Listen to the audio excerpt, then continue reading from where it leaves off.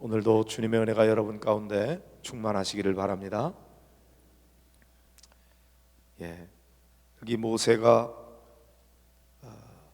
마지막 가나안 땅을 앞두고 에돔 왕에게 사신을 보내서 하는 고백을 먼저 보시면 좋겠습니다.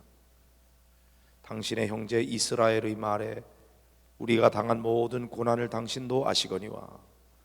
그러니까 이스라엘 백성들이 많은 고난을 당했어요. 애굽에 내려가서 거기서 오래 거주하면서 애굽 사람들이 우리 조상들과 우리를 학대하여, 그래서 그들이 한 일은 여호와께 부르짖는 일이었습니다. 근데 하나님께 부르짖었더니 하나님께서 우리 민족의 소리를 들으셨어요. 그래서 천사를 보내셔서 우리를 애굽에서 인도해냈습니다. 그래서 애굽에서 나와서 우리가 이제 광야 40년을 거쳐 가나안 땅에 이르는 여정 속에 이제 이 에돔 땅을 지나가면 되는데, 우리고로 하여금 당신의 땅을 지나가게 해주십시오.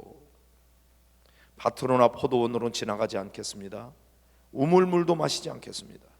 왕의 큰 길로만 지나가겠습니다. 왼쪽으로 오른쪽으로 치우치지 않겠습니다. 그냥 조용히 지나가겠습니다.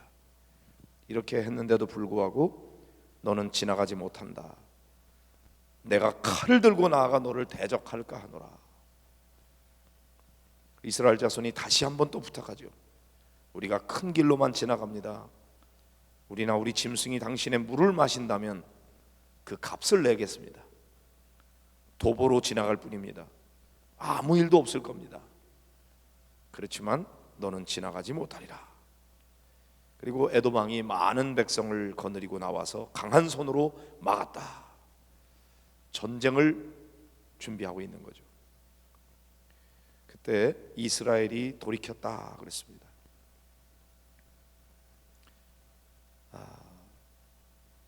우리가 똑같은 일을 만날 때에도 이런 때에 정면 돌파하는 방법이 있고 돌아가는 방법도 있어요.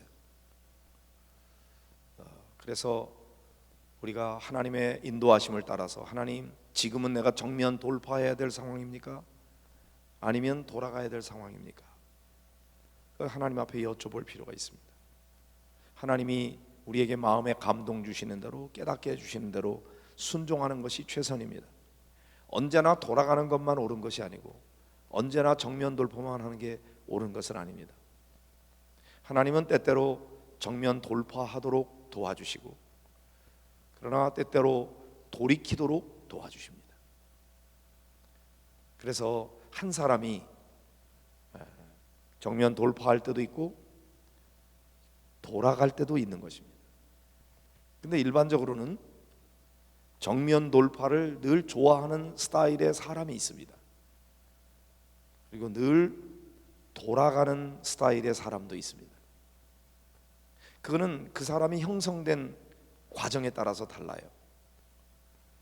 언제나 도전적이고 앞서서 나가고 그렇게 치고 나가는 사람의 장점이 있습니다.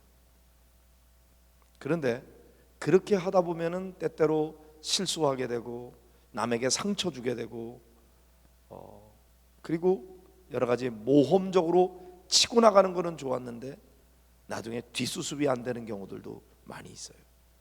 그런 약점이 있는 거죠. 근데 그런 실수 안 하기 위해서 어떻게 합니까? 돌다리도 두드려가는 사람이 있죠. 잘 두드려보고 또 한번 이렇게 시험해보고, 그래도 자신이 없으면 딴 사람 지나가는 거 보고 괜찮으면 그 다음에 뒤따라가는, 이런 신중하고 아주 안정적인 사람도 있습니다. 그래서 이렇게 매사에 도전적이고 모험적이고 그런 사람은 그 장점이 있지만 또 그 반대급부에 약점이 있는 걸 알아서 그 약점을 알고 또 조심하고 그러는 게 보충이 필요하고요. 매사에 너무 신중하고 조심스러운 사람은 조금 믿음을 가지고 도전할 때는 과감하게 도전도 하고 밀어붙일 때는 밀어붙일 줄도 알고, 그런 부분이 보완이 될 필요가 있어요. 실수는 안 하는데 너무 느리면 그럼 발전에 여러 가지 지장이 있는 것은 사실이거든요.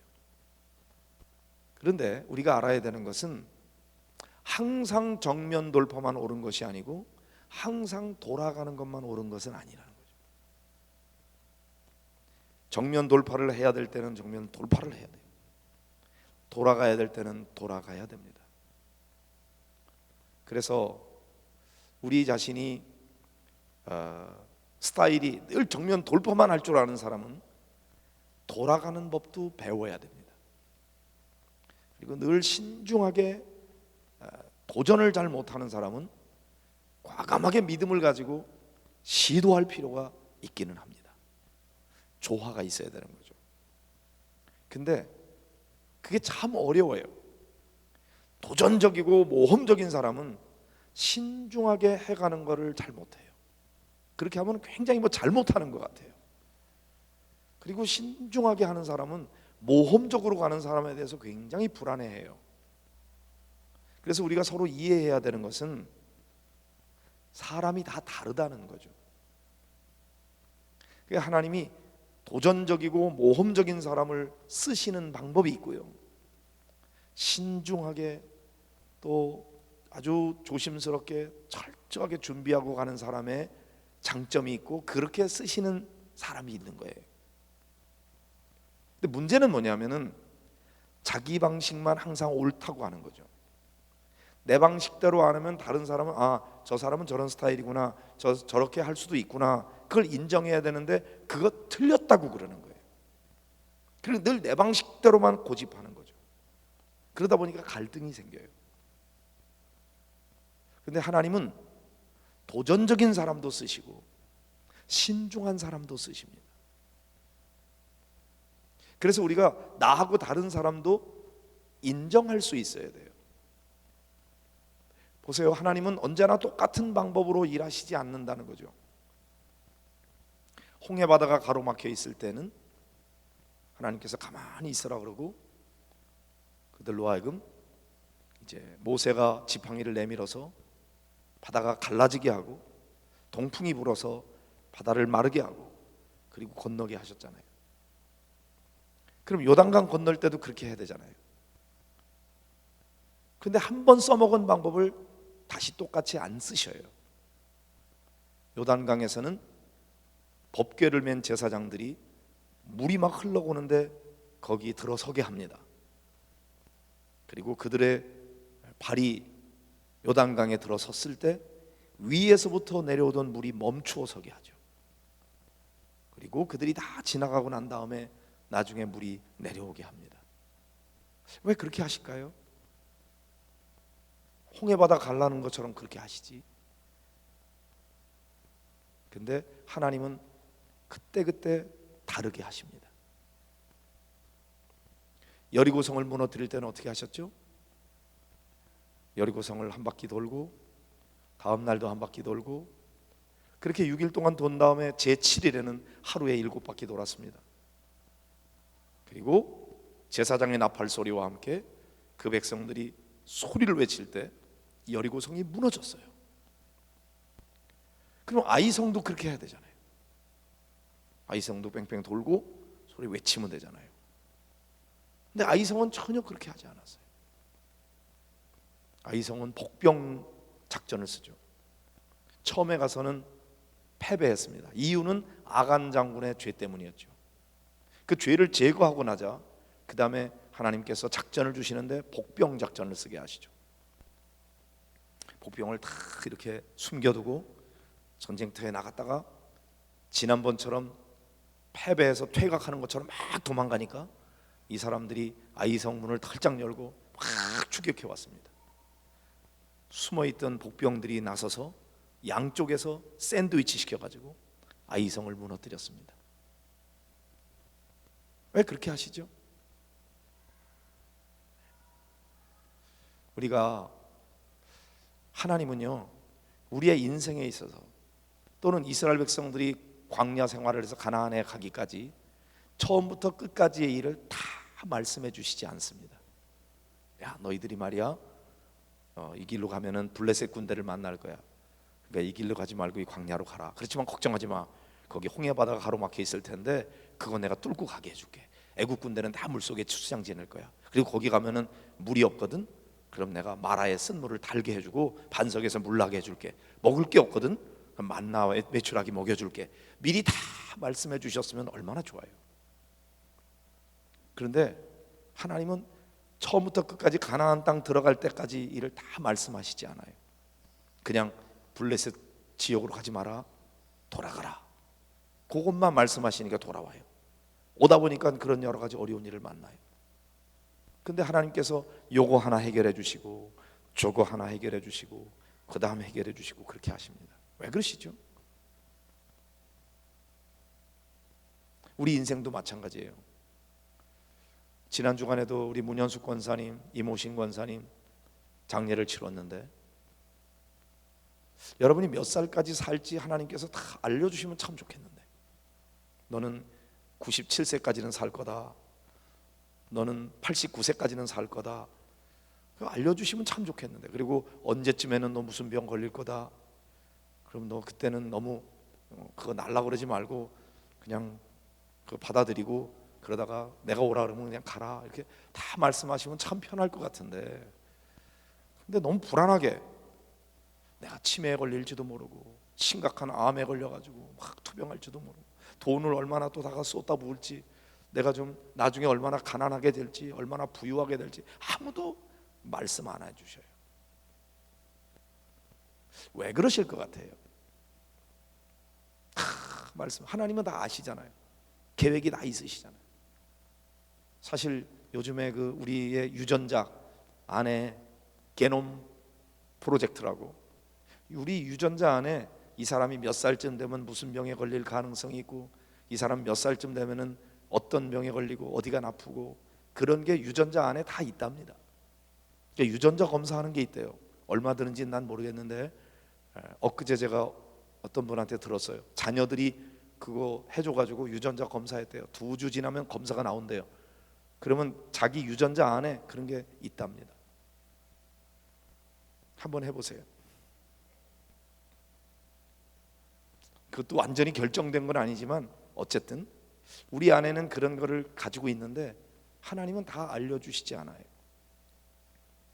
계획이 없어서가 아니에요. 몰라서도 아니에요. 왜 안 알려주죠? 우리에게 모르는 게 유익하기 때문에. 다 알면 재미없어요. 그리고 그보다 더 중요한 것은 하나님은 다 끝까지 다 알려주는 게 아니고 그때그때 말씀해 주시기 때문에 매 순간마다 우리가 주님과 동행하기를 원하시는 겁니다. 예? 홍해바다 앞에서 왜 어떻게 하실지 모르지만 주님 의지하고 주님과 동행하면서 홍해바다 건너가고, 그 다음에 물이 없으면 하나님을 의지할 때 하나님께서 마라에 쓴 물 달게 하시고 반석에서 물 나게 하시고, 또 광야에서 먹을 것이 없을 때 만나를 내려주시고 또 메추라기를 내려주시고, 그때마다 하나님께서 친밀한 교제 속에 날마다 순간마다 동행하며 살아가기를 원하시는 거죠. 우리 목양교회 역사도 앞으로 어떻게 되어갈지 하나님이 10년 후에 20년 후에 다 보여주시면 우리가 참 좋겠는데 안 보여주십니다. 근데 그 어떤 하나님의 계획이 있어요. 그 계획을 이루어 나가는 데는 우리가 그분과 함께 동행하면서 하나씩 하나씩 만들어 가기를 원하시는 겁니다. 그러니까 여러분, 오늘 여러분들이 어떤 광야에서 길이 막혔을 때 이때 어떻게 해야 될지 모든 사람에게 다 똑같이 돌아가는 거 아닙니다. 늘 돌아갔던 사람은 이번엔 정면 돌파하라고 말씀할지 몰라요. 근데 늘 정면 돌파만 하는 사람은 너는 좀 잠깐 돌아가면 좋겠다 이렇게 말씀할지도 모릅니다. 키포인트는 뭐냐면 주님의 인도하심을 따르는 겁니다.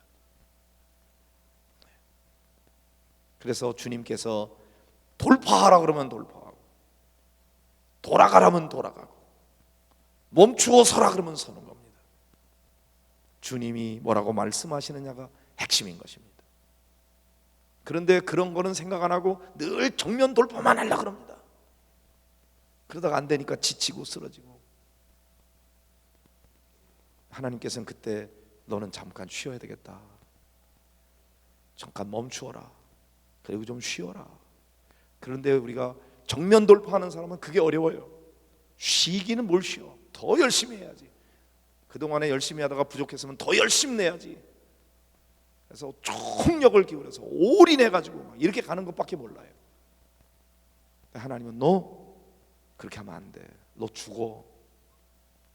잠깐 쉬어라. 그리고 안식하게 하시는 거예요. 우리가 일주일에 한 번 목장 모임도 가질 수 없을 만큼 막 바쁘게만 일하는 거 하나님이 기뻐하시지 않습니다. 일주일에 한 번 목장 모임 가지는 사람들은 게을러 터진 사람만 그렇게 하는 건 아닙니다. 오히려 그걸 통해서 위로를 얻고 새 힘을 얻고 주님과 함께 성도들과 함께 머물러서 대화 나누고 사랑의 교제를 나누고 내 아픔과 상처를 내어놓을 뿐만 아니라 남의 이야기를 들어줄 줄 알고 같이 아파해 줄 수 있는 그런 모임이 필요하고, 일주일 동안 하루도 쉬지 않고 계속 일하는 게 아니라 주일날 교회에 나와서 말씀을 듣고 예배를 드리고 말씀의 거울 앞에서 내 자신을 비춰보는 겁니다. 주일날 예배 드렸지만 오후에 다시 모이는 여러분들은 또다시 그 말씀의 의미를 더 깊이 새기면서 어떻게 실천하면 좋겠는지 또 듣고 싶어서 오신 거죠. 매일 쉬기만 하는 것도 힘든 일입니다. 근데 우리가 오히려 못하는 것이 하나님 안에서 안식하는 거 잘못합니다. 뭔가 해야 할 거. 근데 하나님 앞에 맡기고 안식하는 것도 믿음입니다. 믿음이 없이는 못합니다. 하나님은 우리로 하여금 일만 하라고 그러지 아니하시고 주님 품 안에서 쉬라고 하십니다. 그리고 그 안에서 위로받고 새 힘 얻고 그리고 나가서 싸우는 거죠. 일주일 동안에 세상에 나가서 싸우다 보면 또 의도 터지고 피나고 피곤에 지치고 쓰러지고 다시 주님 앞에 나와서 또 위로받고 치유받고 새 힘 얻고 그러는 거죠. 그래서 교회는 병원과 같은 것이고 때로는 학교 같은 것이고 때로는 훈련소 같은 것이고 가정 같은 것이고, 그런데도 불구하고 계속 일만 해요. 나가서 싸우기만 해요. 그리고 기쁨이 없어요. 뭔가를 이루었는데 기쁨이 없어요. 너무나 안타까운 거죠. 하나님은 우리가 주 안에서 행복하기를 원하십니다. 그리고 형제간에 막 싸우고 다투고 그거 원하지 않으세요. 그러니까 에돔과의 전투를 오히려 피하시죠. 형제 집안이니까. 그것 때문에 멀리 돌아가요. 치러야 될 대가가 많아요. 그래도 형제간에 평화한 것이 더 귀한 가치예요. 오늘 주일날 말씀을 들으면서 여러분 마음속에 여러분은 어떤 스타일인지, 지금 현재 여러분이 처해 있는 상황 속에서 하나님은 여러분을 하여금 정면 돌파하기를 원하시는지, 돌아가기를 원하시는지, 아니면 너무 지쳤으니 잠시 멈추어 서서 주님 안에서 조용히 머물러서 안식하기를 원하시는지 여러분 자신에게 한번 적용해 보세요. 지금 나에게는 쉼이 필요한데 그걸 모르고 나는 막 달려가기만 했구나. 그러면 쉬세요. 주님이 그렇게 말씀하시면, 그리고 돌아가게 하시면 잠시 다투지 말고 돌아가는 방법을 택해 보세요. 그러나 주님께서 여러분에게 마음의 용기를 주시고, 야, 지금은 정면 돌파해야 될 때다. 그러면 과감하게 믿음으로 돌파해 보세요. 중요한 것은 어떤 방법 하나가 있어서 언제나 그 방법을 쓰는 게 아니라 하나님의 인도하심을 따라서 지금은 정면 돌파해라, 지금은 돌아가라, 지금은 멈추어서 쉬어라, 말씀하신 대로 순종하는 것입니다. 그래서 주님과 동행하는 삶은 매 순간마다 늘 긴장감 속에 그때그때 다른 것입니다. 한 번 정해놓고 그게 끝나는 게 아니에요. 그래서 우리의 삶이 더욱더 박진감 넘치는 거고 신바람이 나는 것이죠. 그리고 나처럼 안 하는 사람이 있어도 용납할 줄 알고 그 사람의 그런 스타일을 존중할 줄 알고 혹시 부족한 것이 있으면 보충해주고, 나의 약점이 있으면 그걸 인정하고 겸손하게 낮추고. 그래서 이런 사람도 필요하고 저런 사람도 필요한 거지. 똑같은 사람만 있으면 좋겠습니까? 부부도 똑같으면 못 살아요. 달라서 사는 거예요. 그런데 다른 것이 갈등이 되면 못 살아요. 조화를 이루면 너무나 좋은 거예요. 시너지를 내는 겁니다. 그런데 여러분, 똑같은 사람은 없습니다. 내 방식대로 그 사람을 바꾸려고 그러지 마세요. 그 사람을 있는 그대로 인정하고 그의 장점을 잘 쓰시도록 하고, 내가 함께 협력하고, 나의 장점을 잘 쓰고 나의 약점이 있는 걸 인정하고, 그래서 두루두루 함께 연합하는 것이 중요한 거죠. 그래서 공동체가 귀한 겁니다. 하나님의 교회는 공동체예요. 목장은 공동체예요. 전부 다 남자만 있으면 세상이 어떻게 되겠어요? 전부 여자만 있으면 어떻게 되겠어요? 남자도 있고 여자도 있어야지. 이런 원리를 오늘 말씀을 통해서 여러분이 삶 가운데 적용해서 이번 주에 여러분이 무엇을 어떻게 해야 될지, 기도가 더 필요하면 기도하시고요, 말씀이 더 읽어야 되면 그걸 하시고, 사랑을 실천해야 될 필요가 있으면 그렇게 하시고, 아무것도 안 하고 조용히 쉬어서 먹고 자고 그래야 되면 그렇게 하세요. 중요한 건 내 기분 내 기도를 하는 게 아니라 주님 앞에 기도하고 주님이 주시는 마음을 따라서 하는 겁니다. 그게 최선인 것이죠. 그러려면 어떻게 해야 돼요? 주님하고 친해야 돼요. 매 순간마다 주님과 동행해야 돼요. 그때 우리는 항상 승리하게 될 줄로 믿습니다. 내게 능력 주시는 자 안에서 나는 할 수 있습니다. 할렐루야. 자, 그래서 이렇게 했든 저렇게 했든 그런 거에 대한 실수와 또는 성공담, 그런 간증들을 함께 나누면서 지금은 내가 어떻게 해야 되겠는지, 그런 걸 함께 나누는 여러분들이 되시기를 바랍니다.